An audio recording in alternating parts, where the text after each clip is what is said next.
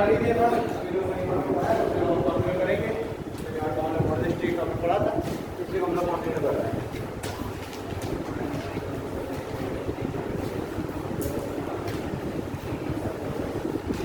कहाँ तक हो गया था लास्ट क्लास में?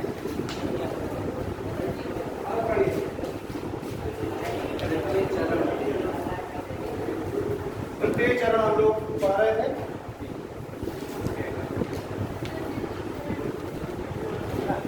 और द्वितीय चरण में हम लोग अल्फांसो डी अल्बुकर्क, द्वितीय चरण नहीं, हम लोग तृतीय चरण पढ़ रहे थे ना। फ्रांसिस्को डे ला वीडा हो गया था, और फ्रांसिस्को डे ला वीडा के बाद हम लोग पढ़ रहे थे तृतीय चरण में हम लोग पढ़ रहे थे अल्फांसो डी अल्बुकर्क।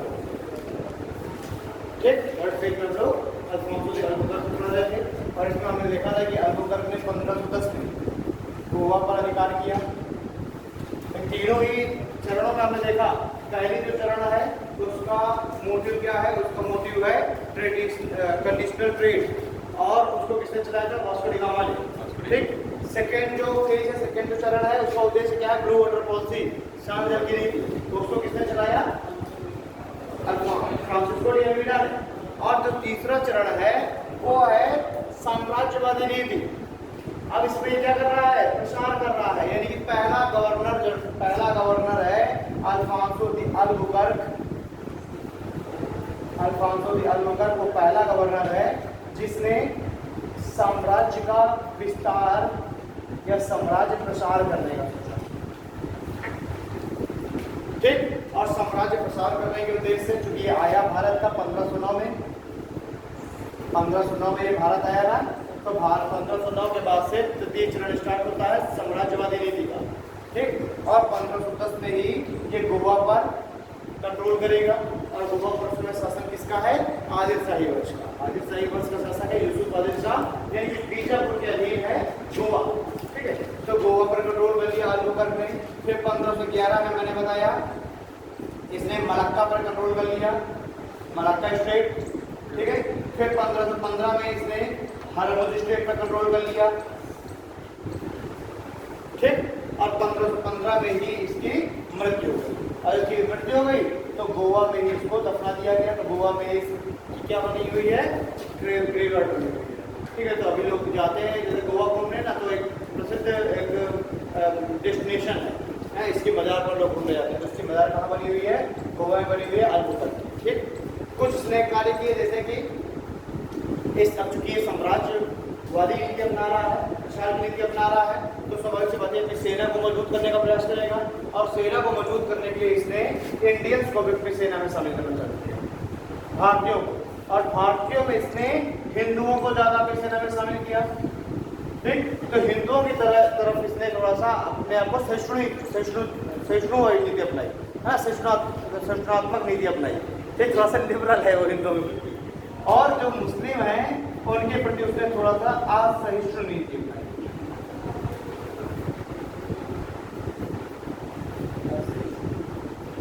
यानी कि इसने कहा कि मुस्लिम बर्बर है, ज्यादा वो क्या है, एक तरीके रूढ़िवादी है, तो इसलिए इसने मुस्लिमों के प्रति असहिष्णु नीति अपनाई, और हिंदुओं के प्रति थोड़ा सा लिबरल यानी कि सहिष्णु नीति अपनाई, और हिंदुओं को इसने अपनी सेना में शामिल किया, अपनी सेना को मजबूत करने के लिए। ठीक, दूसरा इसने क्या किया कि सती प्रथा का अंत किया अपने क्षेत्र में, है ना। अपने क्षेत्र में इसने सती प्रथा का अंत किया।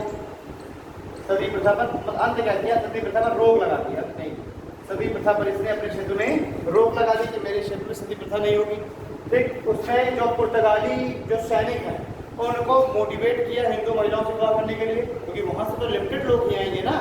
तो उसने मोटिवेट किया कि हिंदू जो भारतीय महिलाएं हैं इनसे विवाह करें, जिससे पुर्तगालियों की संख्या बढ़े। और गोवा वगैरह का जो क्षेत्र है, दमन गोवा हो गया, यहाँ पर अपने कैपिटल बना लिए, अपना पूरा पुर्तगाली क्षेत्र बना लिया। तो ये कुछ कार्य इसके द्वारा किए गए, अल्फांसो डी अल्बुकर्क के द्वारा। ठीक, फिर अगला गवर्नर आता है नीनो डी कुना। नीनो डी कुना। ठीक, तो पहले इसके लोकेट पॉइंट है, बचे हुए इसको लिख लो। कल की क्लास में हमने लिख लिया था कि 1511 में इसने मलक्का स्टेट और 1515 में हरमुज स्टेट पर अपना अधिकार कर लिया। और वो हम जान ही रहे हैं क्यों वहाँ पर अधिकार किया, क्योंकि वहीं से ट्रेड हो रहा है। ठीक है। तो 15 से 11 में से मरक्का स्टेट और 15 से 15 में अमूल स्टेट पर नियंत्रण कर लिया। नेक्स्ट पॉइंट लिखे, इसी में अगला जो भी पॉइंट डाल के लिख रहे हो, जैसे भी लिख रहे हो, पॉइंट डाल के लिख रहे थे उस दिन ऐसे सीधे लिख रहे थे। देखिए अल्बुकर्क में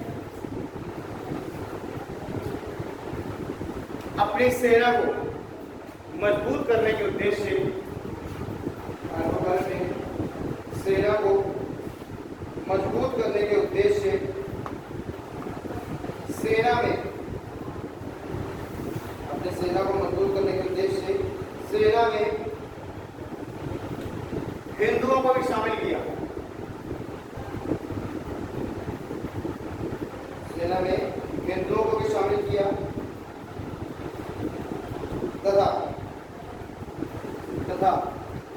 कोचीन को, हिंदुओं को शामिल किया तथा कोचीन को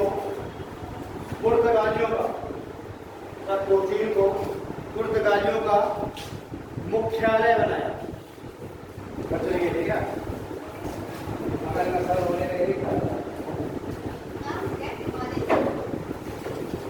तथा कोचीन को पुर्तगालियों का मुख्यालय बनाया। सारा कंसेज कर लीजिए। देखिए अल्बुकर्क ने अपने क्षेत्र में, अल्बुकर्क ने अपने क्षेत्र में सती प्रथा पर भी प्रतिबंध लगा दिया। अल्बुकर्क ने अपने क्षेत्र में सती प्रथा पर प्रतिबंध लगा दिया।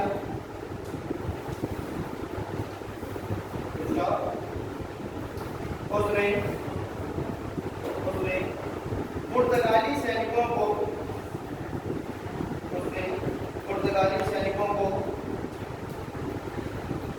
हिंदू स्त्रियों से, विवाह करने के लिए,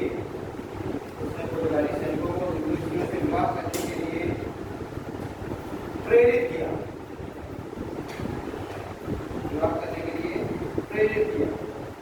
जिससे भारत में पुर्तगालियों की संख्या में वृद्धि हुई।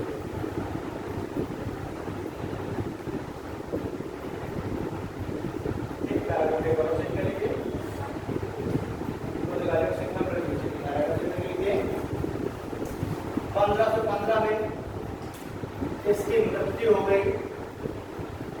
1515 ईस्वी में इसकी मृत्यु हो गई और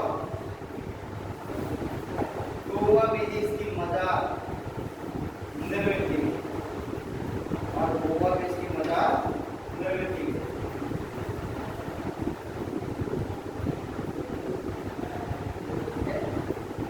अगला गवर्नर है इंपॉर्टेंट, नीलो डी कुन्हा।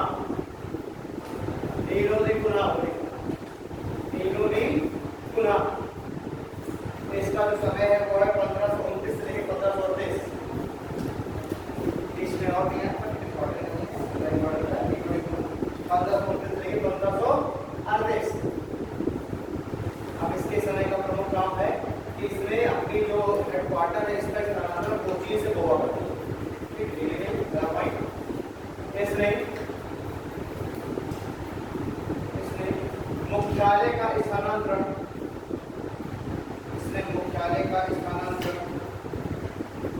कोचीन से गोवा कर दिया।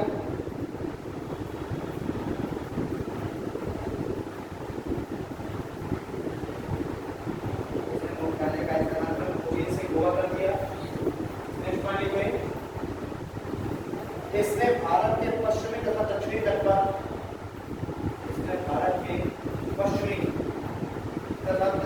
पर, कई व्यापारिक कोठियों की स्थापना की।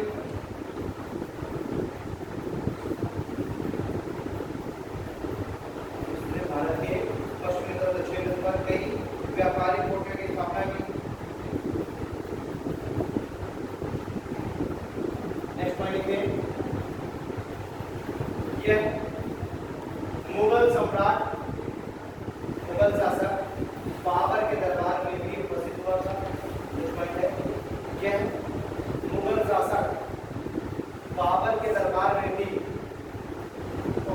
हुआ था, जब मुगल शासक बाबर के दरबार में भी उपस्थित हुआ था, जिसका उल्लेख बाबरनामा में मिलता है, जिसका उल्लेख बाबरनामा, किससे लिखिए बाबरनामा, बाबर ने स्वयं लिखी ना, बाबर की आत्मकथा है। ठीक, इसका एक और नाम है बाबरी। ठीक है, और कौन सी लैंग्वेज लिखी गई है, तुर्की में। ठीक है, क्योंकि इनकी मंगोलों की मेन लैंग्वेज थी तुर्क लैंग्वेज, क्योंकि तुर्की लैंग्वेज थी, ये तो तुर्की है ना। ठीक, कई मंगोलिया की एक शाखा थी, चंगेज खान ने बोला, तो फिर इनको जो है कई शाखाएं बढ़े हैं, उनमें से एक शाखा थी चगताई तुर्क। एक शाखा क्या है, चगताई तुर्क। किसी चगताई तुर्क शाखा से ही संबंधित था तैमूर लंग। ठीक, ये तैमूर लंग के वंश का है, और शाखा कौन सी है, चगताई तुर्क। तो इसकी लैंग्वेज क्या है, तुर्क लैंग्वेज। अच्छा, इसलिए बाबर को ज्यादा श्रेष्ठ माना जाता है, ज्यादा इसको माना जाता है कि ये बातें ज्यादा बनने लायक। क्यों, क्योंकि इसके अंदर दो प्रमुख शासकों का फ्लैट है। एक तो माँ की तरफ से जो चंगेज का वंशज है, माँ तरफ से, और पिता पक्ष से तैमूर लंग का वंशज है ना। तो दो श्रेष्ठ जो वीर डिवीडर्स हुए, शासक हुए, उनका ब्लड है ना, इसलिए इसको माना गया कि बाबर का जन्म हुआ था शासन करने के लिए। तो यह है मुगल शासक बाबर के दरबार में उपस्थित हुआ, जिसका उल्लेख बाबरनामा में मिलता है। बाबर ने इसे इसका उल्लेख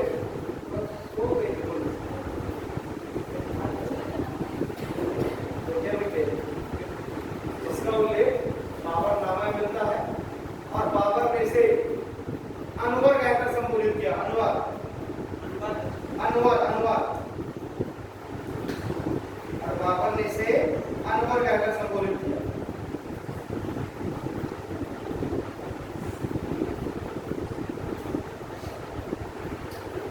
अगला गवर्नर है कैस्ट्रो।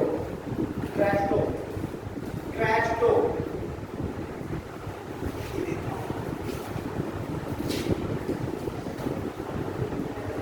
कैस्ट्रो 1538 से लेकर के 1542। कैस्ट्रो कैस्ट्रो 1538 से लेकर 1542।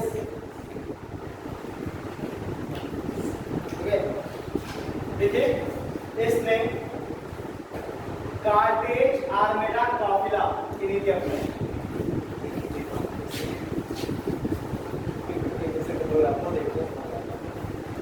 कार्टेज आर्मेडा काफिला, इसने कार्टेज आर्मेडा काफिला की नीति अपनाई। इसका मतलब क्या है, कार्टेज मतलब होता है परमिट, आर्मेडा मतलब है सशस्त्र। आर्मेड मतलब जो बंदूक के लिए होता है, और काफिला मतलब एक गुट ग्रुप। तो इसने क्या नीति अपनाई कि कार्टेज आर्मेड काफिला मतलब कि आप हमसे परमिट लीजिए और हमारा एक सशस्त्र ग्रुप, हमारे सैनिक आपकी रक्षा करेंगे। यानी कि आप हमको क्या दीजिए, आप हमको दीजिए प्रोटेक्शन मनी, और हम आपको क्या देंगे, प्रोटेक्शन। ठीक, और अगर आपने हमको प्रोटेक्शन मनी नहीं दी तो हम ही तुम्हें लूट भी लेंगे। तो करते हैं ना मुंडे, है ना, बोल जाएंगे भाई हमको क्या दो, हफ्ता दो, इसका नाम क्या है, हफ्ता। ठीक, देखते क्या लेते हैं, प्रोटेक्शन मनी। ये प्रोटेक्शन मनी दो तो जो है फलाने भाई से हम कोई रक्षा करेंगे, और नहीं करो, नहीं दोगे प्रोटेक्शन मनी तो वही तुम लूट भी ले जाएंगे, है ना। तो किसी तरीके की इसने एक नीति अपनाई, और नाम क्या दिया, कार्टेज आर्मेडा काफिला। यानी आप हमसे परमिट कीजिए, हमें पैसा दीजिए, और हमारा एक सशस्त्र ग्रुप आर्मेड काफिला हमारा आपकी रक्षा करेगा समुद्र। ठीक, इस समुद्र में उस वक्त बहुत सारे pirates of the sea movie देखे, पायरेट्स ऑफ कैरिबियन, तो वो क्या है, वो समुद्री लुटेरे हैं ना। तो समुद्री लुटेरे बहुत उस समय विख्यात थे, और मेन जो आपका हॉर्न ऑफ अफ्रीका वाला क्षेत्र है, जिबूती और सोमालिया वाला, वहाँ तो अभी भी समुद्री लुटेरे हैं। उस समय तो बहुत समुद्री लुटेरे थे, और यही तो क्षेत्र था जहाँ से ट्रेड हो रहा था, इसी वाले रास्ते से होकर के, सुएज इस्थिमस से होकर के लाल सागर, यही से ट्रेड हो रहा था यूरोप के साथ। तो ये लोग क्या कहते थे कि भाई इस वाले क्षेत्र में क्योंकि इससे पहले जो वो आया फ्रांसिस्को डी अल्मीडा, उसने इस पूरे क्षेत्र में ब्लू वाटर क्रॉसिंग चलाई, इस पूरे क्षेत्र में उसने अपना कंट्रोल कर लिया, अपने जहाजी बेड़े लगा दिए। और अब जब ये अगले जो गवर्नर है उन्होंने क्या कहने लगे कि चूंकि हमारे जहाजी बेड़े यहाँ पर हैं वो आपकी रक्षा करेंगे, इसलिए आप हमको दीजिए, हमसे लीजिए परमिट, पैसा दीजिए और हम आपको सब आपके माल को हम यूरोप तक पहुँचाएंगे, ब्रिटेनियन ओशन तक पहुँचाएंगे, कोई बीच में रुक नहीं पाएगा। और अगर नहीं दिया यही रुकने देते लोगों को तो नाम ही हो रहा था। तो कहना है कैस्ट्रो ने कार्टेज आर्मेडा काफिला की नीति अपनाई, और कार्टेज में लिख लो परमिट और आर्मेडा काफिला में लिख लो सशस्त्र सैनिक। ठीक, आगे लिखिए। इन लोगों ने, इन्होंने या पुर्तगालियों ने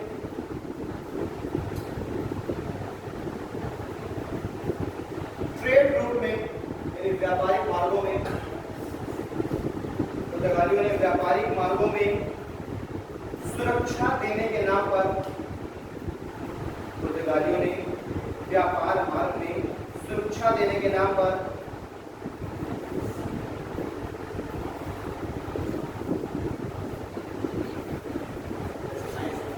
पुर्तगालियों ने व्यापारिक मार्गों में सुरक्षा देने के नाम पर इन क्षेत्रों पर अपना एकाधिकार स्थापित कर लिया, इन क्षेत्रों पर अपना एकाधिकार स्थापित कर लिया और स्वयं को आर्थिक रूप से मजबूत कर दिया।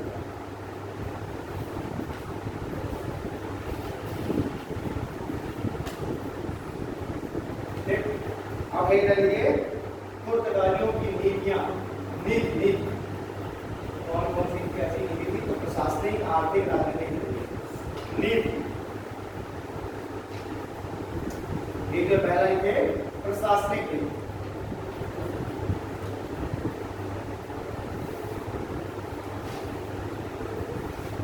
तीन तरह की नीति चलती, ठीक है।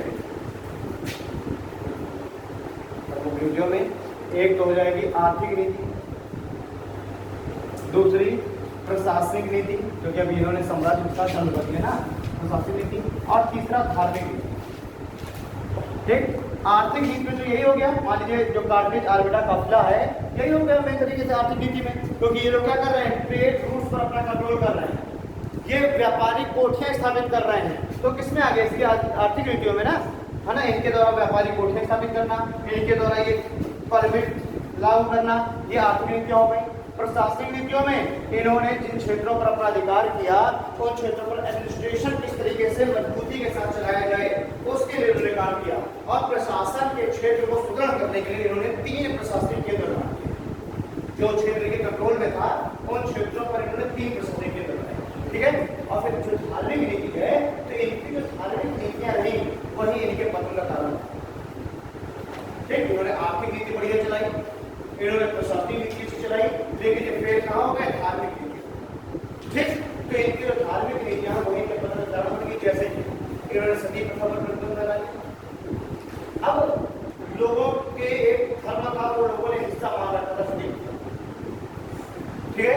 इन्होंने हिंदू देवी देवताओं के लिए अपमानजनक शब्दों का प्रयोग किया, ठीक। इन्होंने वैवाहिक जो वो है उनका हस्तक्षेप करना चालू किया, इन्होंने विधवा विवाह को प्रोत्साहित किया। तो इस तरीके के सामाजिक और धार्मिक जो प्रथाएं हैं उन पर इन्होंने अपना हस्तक्षेप करना चालू कर दिया, और लोग सब कुछ कहते हैं लेकिन अपनी सामाजिक मान्यताएं और अपनी धार्मिक मान्यताएं इन पर लोग कर सकते। तो इन्होंने यही काम किया, लोगों की धार्मिक मान्यताओं पर धराघात किया, और लोग क्या हो गए, इनके अधीन हो गए, और लोगों को लगा इससे चलो डच है, तो लोग डचों का साथ देना चालू कर दिए। और यही समय था कि जब डच और पुर्तगाल आपस में क्लैश हुआ और उसमें डच आगे निकल गए, पुर्तगाली फिर ब्रिटिश है, तो लोगों ने ब्रिटिश को समर्थन किया। इस तरीके से पुर्तगालियों की मेन जो उनकी पतन का कारण है वो था उनकी द्वारा चलाई गई धार्मिक नीतियां।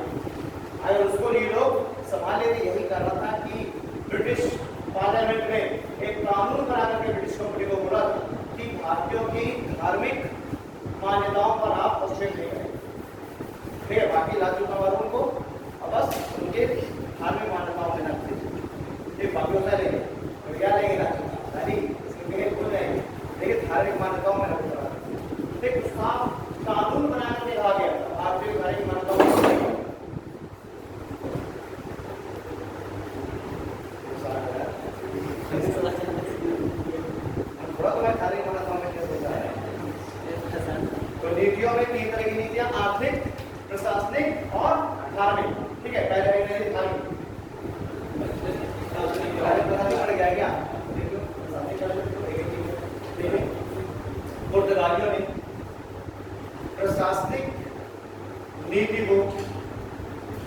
सुदृढ़ करने के लिए प्रशासनिक नीतियों को क्या करने के लिए, सुदृढ़ करने के लिए 3 प्रमुख केंद्र स्थापित किए। प्रशासनिक नीतियों को सुदृढ़ करने के लिए 3 प्रमुख केंद्र स्थापित किए।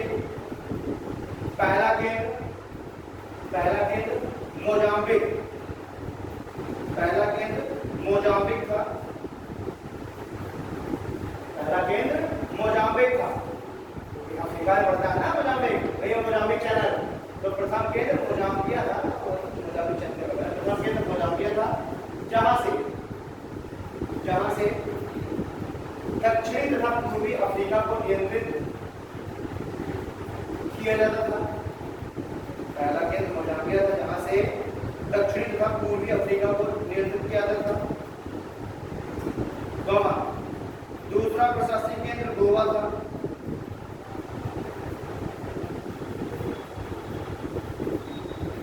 दूसरा प्रशासनिक केंद्र गोवा था, जहां से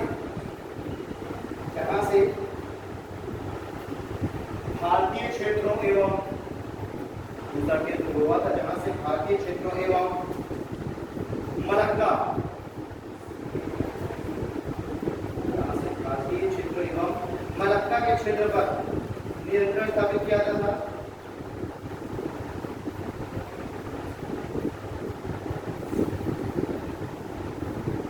मलक्का नहीं है, हरमुज के क्षेत्र, मलक्का में तो केंद्र एक और तीसरा स्थापित किया।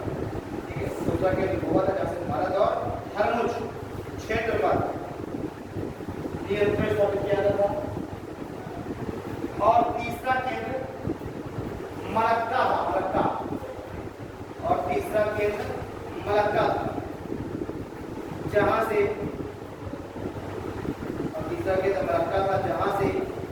दक्षिण पूर्वी एशियाई देशों,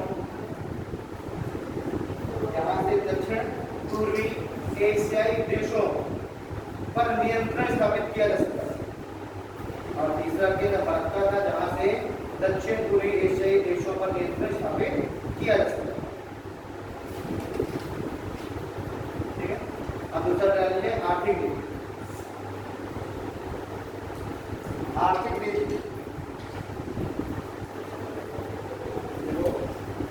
पहला पॉइंट, पुर्तगालियों ने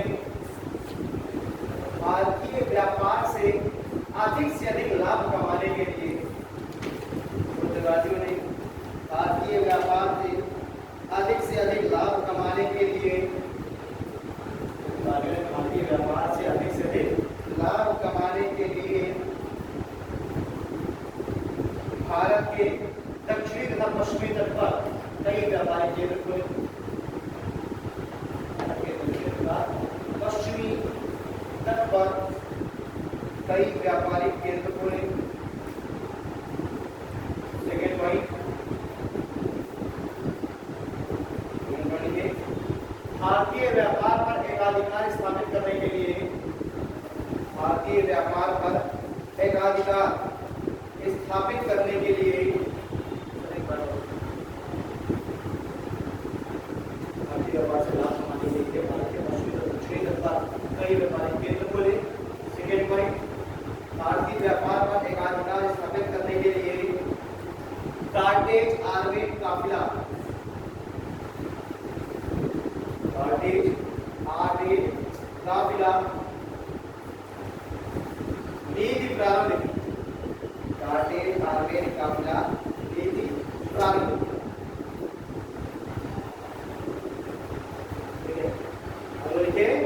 धार्मिक नीति,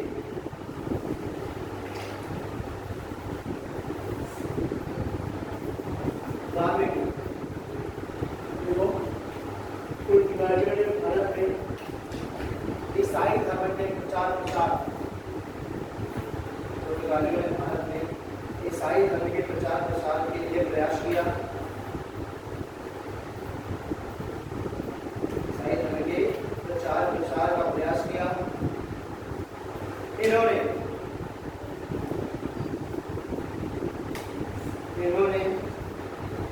धार्मिक असहिष्णुता की नीति अपनाई, उन्होंने धार्मिक असहिष्णुता की नीति अपनाई।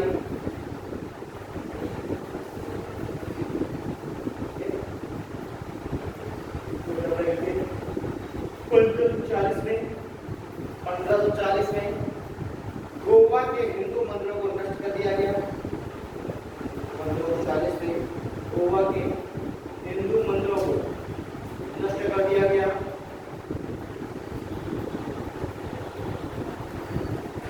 और 1560 में गोवा में धार्मिक न्यायालयों की स्थापना की। और 1560 में गोवा में धार्मिक न्यायालयों की स्थापना की।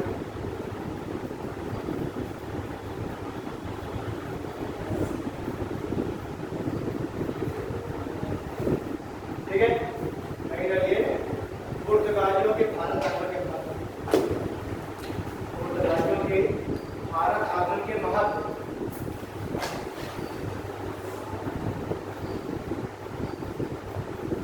पुर्तगालियों के भारत आगमन के महत्व, देखो आर्थिक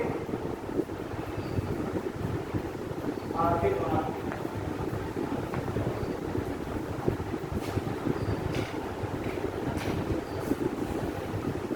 पुर्तगाली अपने साथ कुछ फसलों को भी भारत लेकर आए। पुर्तगाली अपने साथ कुछ फसलों को भी भारत लेकर आए, जैसे कुछ फसलों को भी भारत लेकर आए, जैसे आलू,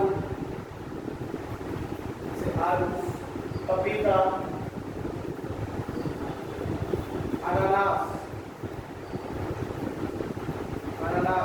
कपास, तंबाकू इत्यादि।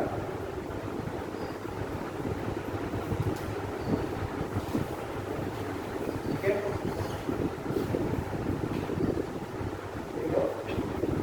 सेकंड पॉइंट, 1556 में ईसाई मिशनरियों के द्वारा ही सर्वप्रथम 1556 में ईसाई मिशनरियों के द्वारा ही सर्वप्रथम ईसाई मिशनरीज धर्म का जो प्रचार करते हैं, 1556 में ईसाई मिशनरियों के द्वारा ही सर्वप्रथम प्रिंटिंग प्रेस की स्थापना की गई। 1556 में ईसाई मिशनरियों के द्वारा ही सर्वप्रथम भारत में प्रिंटिंग प्रेस की स्थापना की गई, जो आगे चलकर भारतीय राष्ट्रवाद का वाहक है।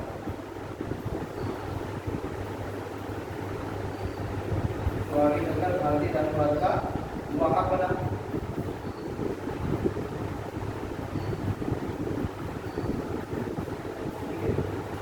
सांस्कृतिक महत्व, सांस्कृतिक महत्व लिखे। ईसाई मिशनरियों के द्वारा ही ईसाई मिशनरीज, ईसाई धर्म का प्रचार करते हैं ईसाई मिशनरी, तो ईसाई मिशनरियों के द्वारा ही भारत में, ईसाई मिशनरियों के द्वारा ही भारत में शिक्षण संस्थानों का विकास किया गया। ईसाई मिशनरियों के द्वारा ही भारत में शिक्षण संस्थानों का विकास किया गया, जिससे शिक्षण संस्थानों का विकास किया गया, जिससे भारत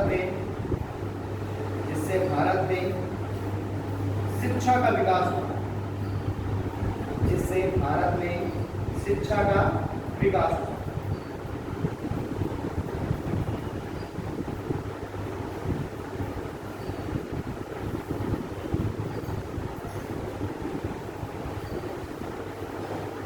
ठीक है, ईसाई मिशनरीज है, इन्होंने भारत में पूरे saint Xavier, saint Mary's, saint George, saint Paul, ये सब जो है, ये तो है ईसाई मिशनरीज के द्वारा।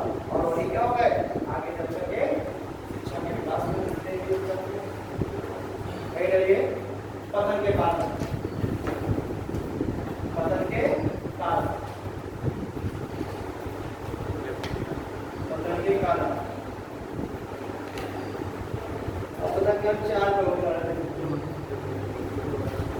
राजनीतिक कारण, सामरिक कारण, सामाजिक कारण, धार्मिक कारण, आर्थिक कारण, तो इस तरह के कारण हो सकते हैं इनके पतन के, है ना। तो सबसे पहले हम गाइड डालते हैं राजनीतिक कारण। पतन के कारण में सबसे पहले राजनीतिक कारण।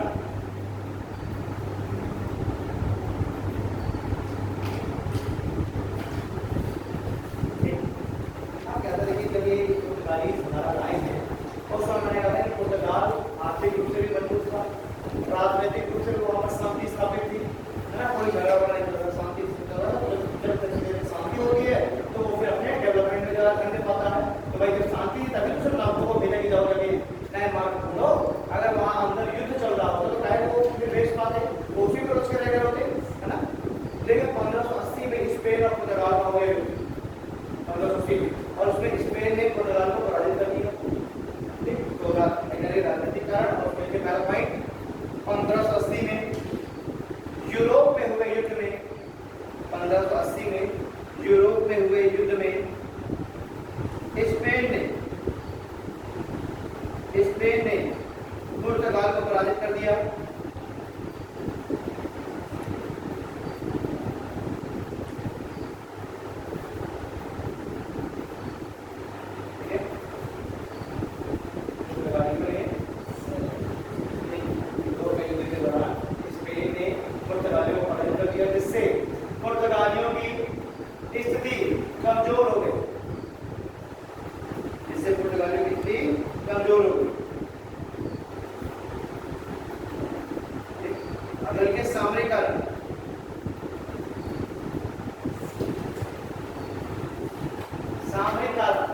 सामरिक मतलब होता है युद्ध वगैरह से, सामरिक कारण।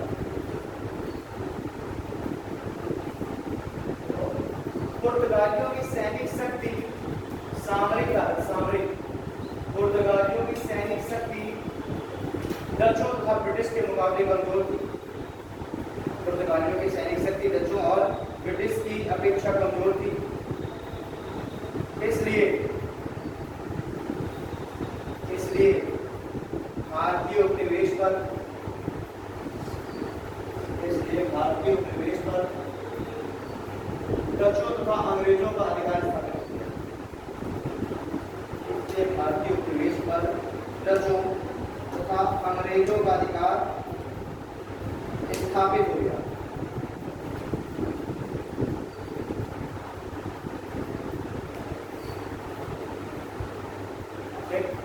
अगला है सामाजिक कारण। सामाजिक कारण, सामाजिक कारण है चूंकि पुर्तगालियों ने भारतीय सामाजिक क्षेत्र में हस्तक्षेप करने का प्रयास किया। पुर्तगालियों ने भारतीय सामाजिक क्षेत्र में हस्तक्षेप करने का प्रयास किया। इसलिए पुर्तगालियों ने भारतीय सामाजिक क्षेत्रों में हस्तक्षेप करने का प्रयास किया। इसलिए पुर्तगालियों के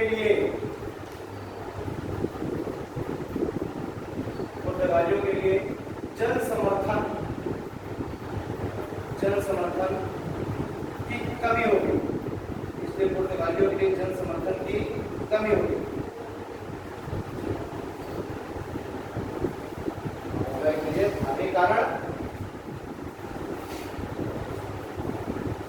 कारण तो इन्होंने भारतीयों की धार्मिक मान्यताओं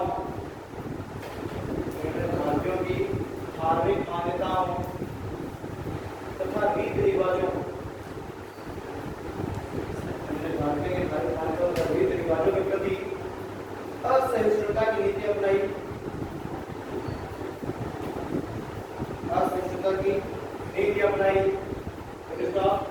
भारतीय देवी देवताओं के अपमानजनक शब्दों का प्रयोग किया।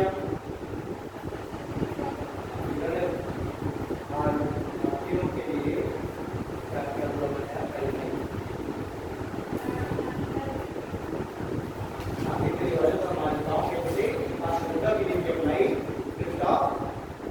भारतीय देवी देवताओं के अपमानजनक शब्दों का प्रयोग किया। ठीक है, इस कारण भारतीय पुर्तगालियों के विरोधी हो गए।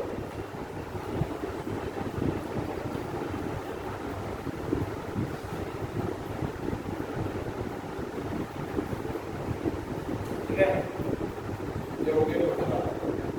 अगले आ रहे हैं डच। ठीक है, अगले डच।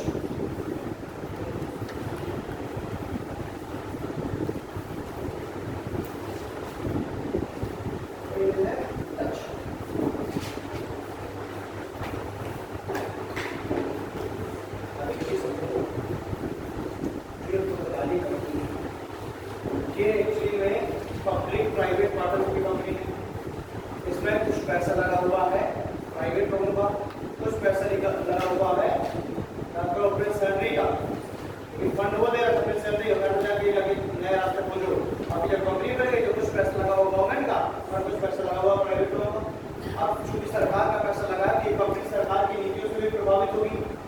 सरकार तय करेगी किस व्यक्ति को भेजना है उसको नहीं भेजना, लेकिन सरकार की ही पॉलिसी के अकॉर्डिंग उसको काम करना पड़ेगा। और सरकार की प्रायोरिटी आप जानते हैं जैसे भारत में सरकार की स्थिति वैसे ही हर देश में है। यदि सरकारी कंपनी है मतलब उन्नत है अधिकतर, है ना, क्योंकि अगर यूरोप में युद्ध हुआ तो उस युद्ध का प्रभाव कंपनी में पड़ेगा। क्यों? क्योंकि सरकार ने थोड़ा पैसे युद्ध में छोड़ दिया तो कंपनी के पास व्यापार करने के लिए पैसे ही नहीं बचा, क्योंकि सरकारी पैसा तो उसमें व्यापार के लिए यूज हो रहा था। तो सरकार ने क्या किया, कंपनी का पैसा निकाल के युद्ध लड़ लिया, अब व्यापार करने के लिए पैसे नहीं बचा तो कंपनी की हालत खराब हो जाएगी ना, उसके पास पैसा नहीं बचेगा व्यापार करने के लिए। तो जैसे पुर्तगाली कंपनी है वो भी क्या है, गवर्नमेंट कंपनी है, मतलब उसमें सरकारी पैसा लगा हुआ है।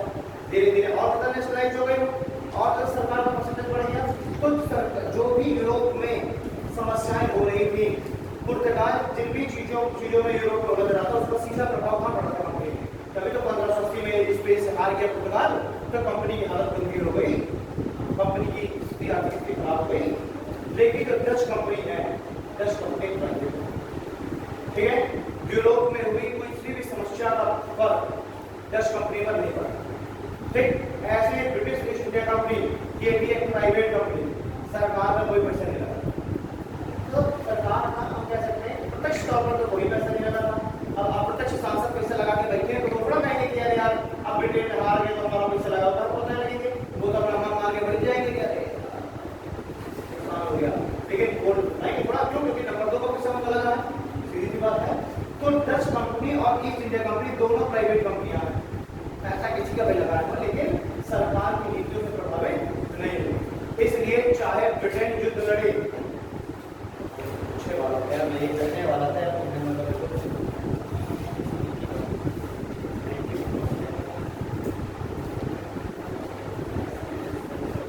ये समझा मेरी शिक्षा को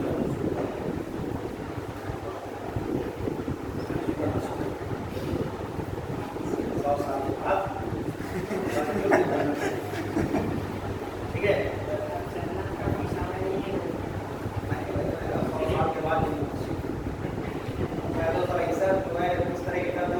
वही ना दीजिए श्राप है 100 साल अगर ले जाओगे।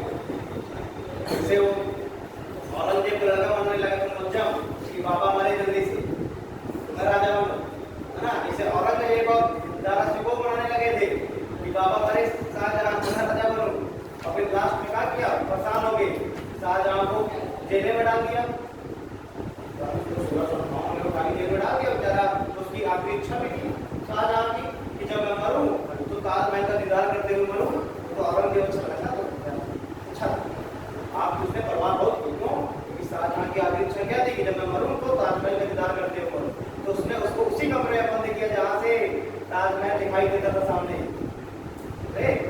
हमारा लाल किला में चला दिया औरंगजेब ने शाहजहां को, कब अंदर है 1658 में, और 8 साल तक 1666 तक शाहजहां उसी अपने कमरे से इसका वो बंद था।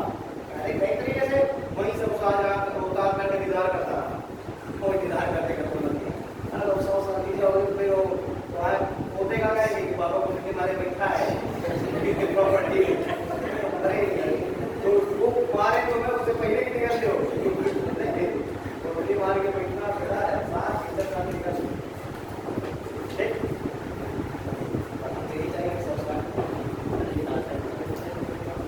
ठीक। तो हम लोग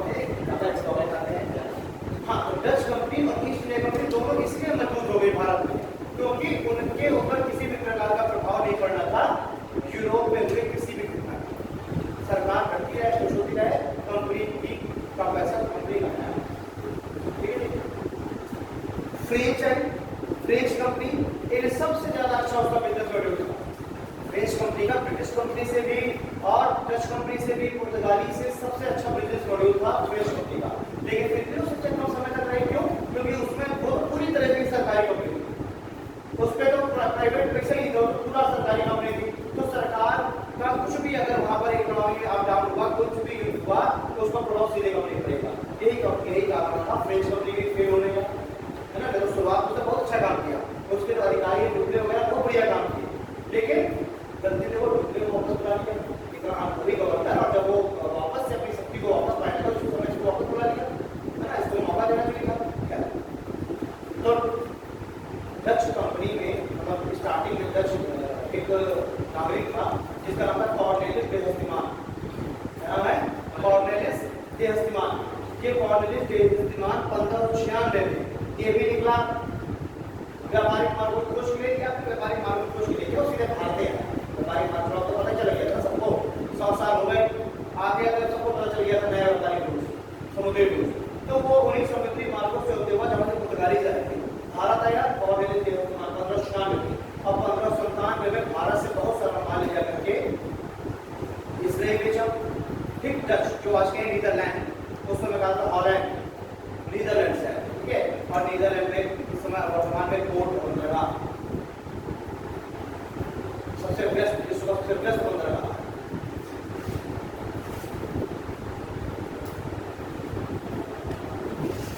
नीदरलैंड में रॉटरडम, ठीक है, ये रॉटरडम जो बंदरगाह है ये यहाँ पर नीदरलैंड, ये सबसे व्यस्त बंदरगाह है, ठीक। और इसका एम्स्टर्डम जो शहर है वो सबसे व्यस्त शहरों में से एम्स्टर्डम नीदरलैंड का, ठीक है, कैपिटल। तो यहीं की कंपनी थी और वे कितने कॉर्नेलियस डे हस्तिमान 1596 में भारत आया, सामान लेकर 1597 में वापस किया और अपने आसपास के देश में उसने बेचा, बढ़िया मुनाफा कमाया। तो अब इसने भी एक कंपनी बनाई, इसने भी एक कंपनी बनाई, प्राइवेट कंपनी है, सरकार से रजिस्ट्रेशन लिया, नीदरलैंड कंपनी एक्ट को रजिस्ट्रेशन कराया और भारत आ गया, ठीक। और भारत आकर के अच्छा इन्होंने क्या किया, इनका सबसे अच्छा इनका एक जो बिजनेस मॉडल था वो ये था कि इन्होंने जिस पैसे पे इन्वेस्ट किया उससे जो प्रॉफिट निकलता है उस प्रॉफिट को भी लोग खर्च ना करके उसको भी मूलधन बना देते। ऐसे करते करते बहुत जल्द ही इनका जो इन्वेस्टमेंट है वो बहुत ज्यादा बढ़ गया। अभी इन्होंने 1 लाख से स्टार्ट किया व्यापार, अब 1 लाख में प्रॉफिट कमाया 20,000, तो अगली बार जो इन्वेस्टमेंट किया वो कितना हो गया, 1,20,000। यानी अपने उस प्रॉफिट को भी इन्होंने क्या बना दिया, प्रिंसिपल, अपने प्रॉफिट को क्या बना दिया, प्रिंसिपल बना दिया। और ऐसे करते करते बहुत ही कम समय में इनका जो इन्वेस्टमेंट है बहुत ज्यादा हो गया। और व्यापार के लिए क्या चाहिए, ज्यादा से ज्यादा इन्वेस्टमेंट, ज्यादा से ज्यादा माल खरीद के लाएंगे। अभी 1 लाख रुपया दे, 1 लाख का माल खरीद के लाएंगे तो खर्चा तो उतना ही होना है ना रास्ते का। अब धीरे धीरे उनका इन्वेस्टमेंट बहुत बढ़ गया, 10 लाख का माल खरीद के लाएंगे, ज्यादा प्रॉफिट, है ना। तो इनका बिजनेस शेड्यूल सबसे अलग इसलिए था कि ये लोग अपने प्रॉफिट को भी तुरंत ही प्रिंसिपल बना दिया। इन्होंने प्रोडक्शन में बहुत ध्यान दिया। आजकल चाइना क्या कर रहा है, चाइना अपनी जो स्मॉल इंडस्ट्रीज है उन पर बहुत ध्यान दे रहा है, यानी कि प्रोडक्शन में बहुत ध्यान दे रहा है। चाइना देखो हर चीज बना रहा है। आप तुम एक मोबाइल लॉन्च करो तो कल चाइना वैसे सेम बिल्कुल डिट्टो मोबाइल बना के रख देगा, है ना। वो अपने प्रोडक्शन में बहुत है। ऐसे ही डच कंपनी ने अपने प्रोडक्शन में बड़ा ध्यान दिया, फिर ज्यादा माल खरीदने पर ध्यान दिया। और इसने क्या किया, अपने जो रिजर्वायर है, जो गोडाउन्स हैं उनको बिल्कुल बहुत ज्यादा माल को बना के रेडी करके रख लिया, ठीक। ज्यादा पैसा रख लिया। इस कारण से ब्रिटिश कंपनी ने रातों रात क्या हो गई, और यही जो इसका आवश्यकता से अधिक प्रोडक्शन कर लेना, यही इसके पतन का कारण। इसने प्रोडक्शन कर लिया आपने, जब इस समय इसका जो बिल्कुल वो चल रहा था, उत्थान का जो दौर चल रहा था, उस दौरान इसने बहुत ज्यादा माल इकट्ठा करके अपने गोडाउन में भर दिया कि इसको आराम से बेचेंगे, जमाखोरी होती है। तो इसने ज्यादा माल खास खरीदा और अपने यहाँ डंप कर लिया। लेकिन ईस्ट इंडिया कंपनी जैसे, इसको नहीं पता था ईस्ट इंडिया कंपनी की जैसे चली आ रही है, लेकिन ईस्ट इंडिया कंपनी जैसे ही आई उसने क्या किया, ईस्ट इंडिया कंपनी का जो बिजनेस मॉड्यूल था वो था अपनी कॉस्ट को कम करके बेचना, अपने प्रॉफिट को कम करके बेचना। तो ईस्ट इंडिया कंपनी ने पूरी मार्केट में वो भाई अपना मार्जिन बिल्कुल कम से कम निकालने लगी, और इतना कम मार्जिन निकालने लगी कि डच कंपनी ने ज्यादा माल खरीदा था तो मुंह मांगी कीमत पर माल खरीदा था। ध्यान दीजिएगा, इनके फेल्योर का कारण क्या रहा, डच से आपसे क्वेश्चन नहीं करते, लेकिन बस इनके उत्थान को पता कारण बस करते। उत्थान तो हुआ कि पुर्तगाली हार गए थे, पुर्तगालियों की स्थिति कमजोर हो गई थी। एक वैक्यूम था, इंटर करके ये अपने प्रॉफिट को प्रिंसिपल बनाया, ज्यादा से ज्यादा माल खरीदा और रातों रात उड़ गए, अपने गोडाउन रिजर्वायर बिल्कुल भर लिए, ठीक, मुंह मांगी कीमतों पर भर लिया। इनको लगा पुर्तगाली नहीं है, अब ब्रिटिश सभी को लगा नहीं पाएंगे, तब तक हम क्या कमाएंगे, प्रॉफिट कमाएंगे, तो मुंह मांगी कीमत पर इन्होंने किसी को नहीं बेचा, सबको बेचो। फिर मुंह मांगी कीमत पर माल खरीद के भर लिया गोडाउन में। और बस 2-3 साल के बाद आ गई ईस्ट इंडिया कंपनी, वो भी एक प्राइवेट कंपनी है, सरकारी होती तो क्रिटिकल हमारे पास है, वो भी प्राइवेट कंपनी है। उसने क्या किया, उसने माल वही को बार्गेन करके खरीदा और जब यूरोप लेके गए तो उसी माल को कम से कम प्रॉफिट में बेचा। जो माली 10 में तो और भी बेचने लगी। अब डच कंपनी की हालत ये थी, वो माले ना खरीद के आई है, तो मुंह की कीमत खरीदा ना, तो माल की वो नौबत खरीद के आई है, तो आज बेच कैसे, तो वो क्या है, उसका माल उठा दिया और ईस्ट इंडिया कंपनी उतनी कीमत पर से और इतना ज्यादा उसने स्टॉक रखा कि बैंकरप्ट हो गई। डच कंपनी क्या बिल्कुल बैंकरप्ट की हालत खराब हो गई। भारत ने भी जब देखा उसकी हालत खराब है, ईस्ट इंडिया कंपनी ने डच को हटा दिया, ठीक, और ऐसे करके डच भी आके पुर्तगाली भी खत्म हो गए और ईस्ट इंडिया, ठीक है, इसको लिख देते हैं ज्यादा। देखिए आरंभ है विकास, आरंभ एवं विकास, कहीं आपने नाम रखा ना डच, है ना, आप डचों के आगमन का हम आरंभ एवं विकास से देख रहे हैं।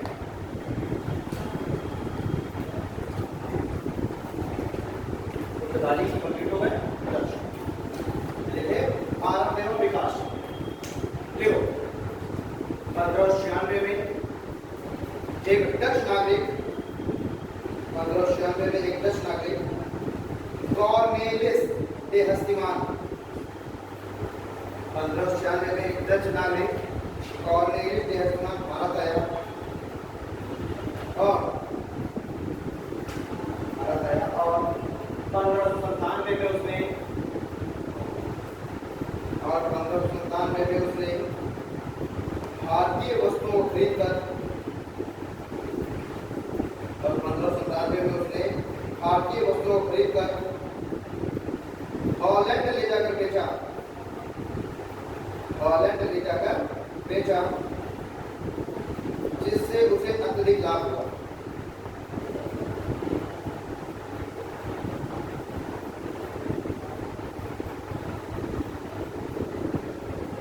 इससे उसे अत्यधिक लाभ हुआ। उसका इस लाभ को देखते हुए, इस लाभ को देखते हुए इसने, इससे मतलब क्वालिटी है इस्तेमाल, इस लाभ को देखते हुए इसने कुछ छोटे छोटे व्यापारियों को मिलाकर, इस लाभ को देखते हुए इसने कुछ छोटे छोटे व्यापारियों को मिलाकर एक कंपनी स्थापित की, एक कंपनी स्थापित की और 1602 में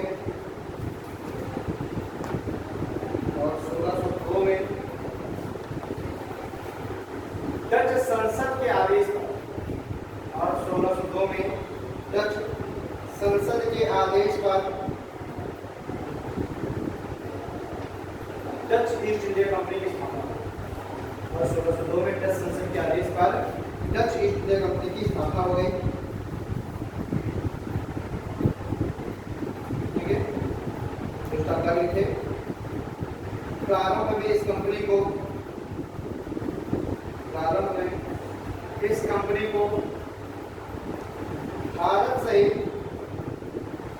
प्रारंभ में इस कंपनी को भारत सहित दक्षिण पूर्वी एशियाई देशों के साथ, प्रारंभ में इस कंपनी को भारत सहित दक्षिण पूर्वी एशियाई देशों के साथ व्यापार करने के लिए,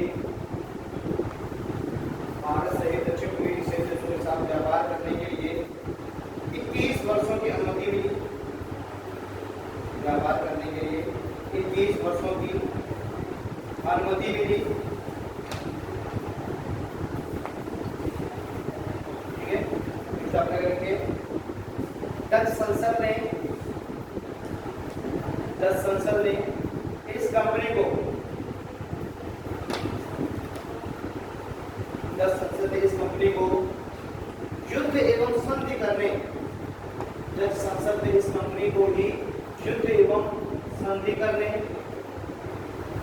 व्यापारिक कोठियां स्थापित करने, व्यापारिक कोठियां स्थापित करने एवं व्यापारिक कोठियां स्थापित करने एवं राजनीतिक गतिविधियों को संचालित करने की अनुमति दे, एवं राजनीतिक गतिविधियों को संचालित करने की अनुमति दे।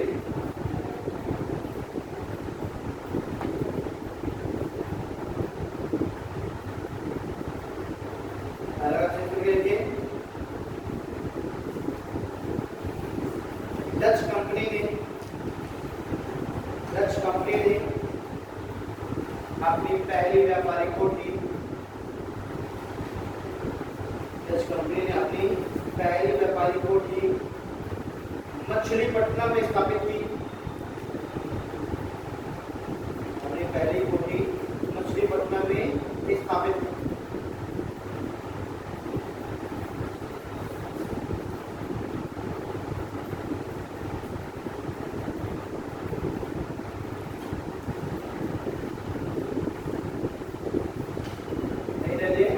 व्यापारिक नीति, व्यापारिक नीति,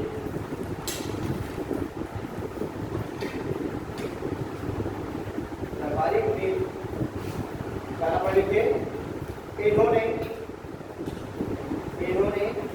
लाभ एवं ऋण को, इन्होंने लाभ एवं ऋण को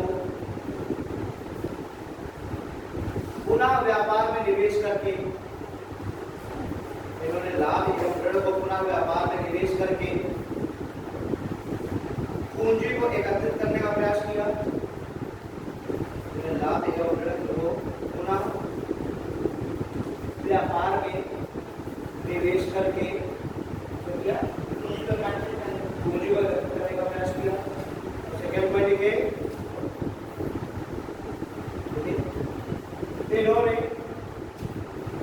इन्होंने व्यापारियों की सहकारिता का भी गठन किया, व्यापारियों की सहकारिता का भी गठन किया।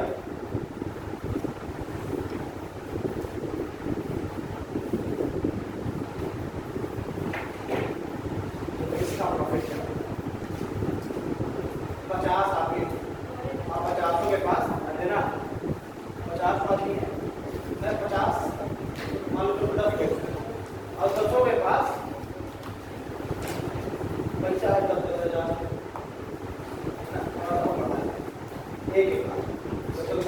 पैसा क्या है, 1 लाख। और 10 को बड़ा इंटरेस्ट है कि हम मार्बल का व्यापार करें। आप एक बात बताओ, एक मार्बल का व्यापार 10 करना, आप रुपया 1 लाख, 10 में सपोज बिजनेस स्टार्ट करता है, नहीं स्टार्ट कर रहा है। क्यों? क्योंकि चाहे हम से लेकर के आना हो, तुम्हें हम कहाँ से लगाना, चाहे पूरा साउथ का मार्बल लाना हो, मार्बल अगर नहीं तो भी कम से कम 10 से 15 लाख रुपया होना चाहिए। एक भाई कम से कम पता चले 1 लाख का माल आ रहा है, 50,000 खरीदा खड़ा लगा जा रहा है ना। और चाहे मरगाना से लेके आना हो, है ना, चाहे वहां से लेके आना हो मार्बल ग्रेड, तो भी नहीं चाहिए। तो 1 लाख रुपया लेके तो करोगे, तो बस कहते ना हो कि और पैसे में 10 लाख का व्यापार चल रहा है। अब क्या होगा, एक में तो 10 मिल रहे हैं और 10 का एक ही मोटिव है कि व्यापार करना है मार्बल का। 10 ने क्या किया, 1 लाख मिलाया, हो गया 10 लाख। अब तुरंत एक फर्म बना ली, 10 का उसमें फर्म में नाम डाल दिया पार्टनरशिप में, और 10 लाख का माल मंगाया। ये क्या है, यही है कोऑपरेटिव सोसाइटी, यही तो है सहकारिता। और क्या है, गाँव में 5-10 दूधियाँ हैं, 10 2 से 10 रुपया देंगे तो पैसे, अब सबकी भैंस दे रही है 400 लीटर दूध। वहाँ से 50 किलोमीटर दूर है शहर, अब पता है कि शहर में दूध 60 रुपये लीटर कितना है, गाँव में बिक रहा है 30 रुपये लीटर। अब ये बताओ कि कोई दूध लेके अपना है शहर में 4 लीटर भैंस दूध दे रही है, और शहर लेके आना 50 किलोमीटर बेचने, 50 किलोमीटर आना जाना, 4 लीटर का अंतर बढ़ता है 120 रुपया का, और खर्चा हो जाता है 150 रुपया का। तो आओगे बेचने, नहीं आओगे, वहीं दे दोगे गाँव में दूधिया को, है ना। फिर एक दिन 10 ने सोचा कि यार ये दूध ये तो लेने आ रहा है, घर दूध ये यार 10 मिल रहे, और 10 ने अपना 400 लीटर दूध जोड़ लिया, अब कितना हो गया 40 लीटर। और एक व्यक्ति को जिम्मेदारी दे दी गई कि तुम ही लेके जाओगे शहर 40 लीटर दूध ले जाकर के लेके जाओगे, 150 रुपया खर्चा निकाल दिया जाएगा इस व्यक्ति का, 100 रुपये इसको और दिया जाएगा क्योंकि ये जा रहा है मेहनत करना है, 250 रुपया खर्चा। ठीक, अब टोटल खर्चा है 250 रुपये, कितने में, 40 लीटर में, लेकिन 40 लीटर में मात्र कितना हो गया 1200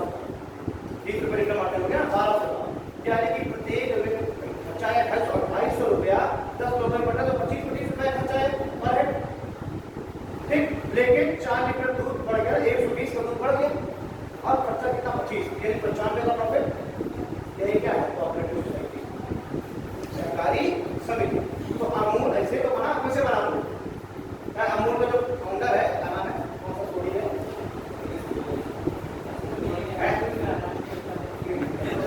अमूल का जो वो है मालिक है ना, तो क्या उसने सीधे 1000 भैंसे पहले पाली थी क्या, एक भाई उसको इतना बड़ा बिजनेस डालना है ना, पूरे देश को दूध पिलाना है, तो बाबू 10,000 1 लाख भैंसे बांधे क्या वो, नहीं एक वो भैंस नहीं है उसके पास, तो क्या क्या वो एक कोऑपरेटिव सोसाइटी के रूप में स्टार्ट हुई, आनंद गांव से कोऑपरेटिव सोसाइटी के रूप में अमूल स्टार्ट हुआ, सारे दूधियों ने मिलकर के एक अपना क्या बना लिया, एक फॉर्म बना लिया, सब एक जगह दूध इकट्ठा करने लगे और वहीं से दूध से ज्यादा मार्केट बिकने, क्या बन गया ये कोऑपरेटिव सोसाइटी बन गई। और ऐसे ही क्या हो गया कोऑपरेटिव बैंक्स ना, जब आप सेल्फ हेल्प ग्रुप बन जाते हैं, 5 महिलाएं हैं, अब 5 के पास पैसा है किसी के पास, अब ये है कि काम करना है कुछ, तो क्या हो, 5 मिलकर के 2,000 रुपया लगाई, 10,000 हो गया, 3 सिलाई मशीन ले, जब पापड़ बनाने की मशीन ले, पापड़ बनाना चालू कर दिया, बन गए डिजिटल पापड़। जब पापड़ क्या है सोसाइटी के थ्रू ही तो बना, ऐसे कोऑपरेटिव बैंक्स, अब 10 लोग हैं, अब सब क्या करेंगे, 10,000 रुपया एक जगह इकट्ठा करेंगे, 10 परिवार हैं एक मोहल्ले में, 10,000 रुपये इकट्ठा करेंगे, कितना हो गया 1 लाख। अब किसी को अचानक से इमरजेंसी पड़ गई, बीमार हो गया, 80,000 रुपये की होता है, तब कहाँ बैंक में जाएगा वो लोन लेने के लिए, फिर बैंक में लोन इतना आसान थोड़ा मिल जाता है, वो कहेंगे कुछ मॉर्गेज रखने के लिए कुछ है नहीं, गिरवी रखने के लिए, तो क्या करेंगे वो अपने उसी सोसाइटी पे 80,000 रुपये निकाल देगा, 10,000 रुपये इकट्ठा डाला था एक बार, 80,000 रुपये निकालेगा, जाके अपना काम करेगा, उसके बाद फिर धीरे धीरे आसान किस्तों में 8,000 10,000 करके वो 80,000 रुपये डाल देगा। तो क्या ये कोऑपरेटिव सोसाइटी दूसरे को लोन देगी, नहीं, वो सिर्फ अपने उन्हें 10 लोगों को ही लोन देगी। इन कोऑपरेटिव सोसाइटी का उद्देश्य ब्याज कमाना नहीं है, सीधा है अपने आपस में अपनी हेल्प करना, तो ऐसी कोऑपरेटिव सोसाइटी, तो इन्होंने क्या किया, डच कंपनी ने ऐसे ही कोऑपरेटिव सोसाइटी बनाई, छोटे छोटे व्यापारियों को मिला करके उन सबका पैसा इकट्ठा किया और सबका पैसा इकट्ठा हो गया 10 लाख, आगे भारत माल खरीदा, बेचा, जितना प्रॉफिट हुआ उसको डिस्ट्रीब्यूट किया, तो क्या कोई एक व्यापारी कर सकता नहीं, तो इन्होंने कोऑपरेटिव सोसाइटी बनाई और इस तरीके से, ठीक है।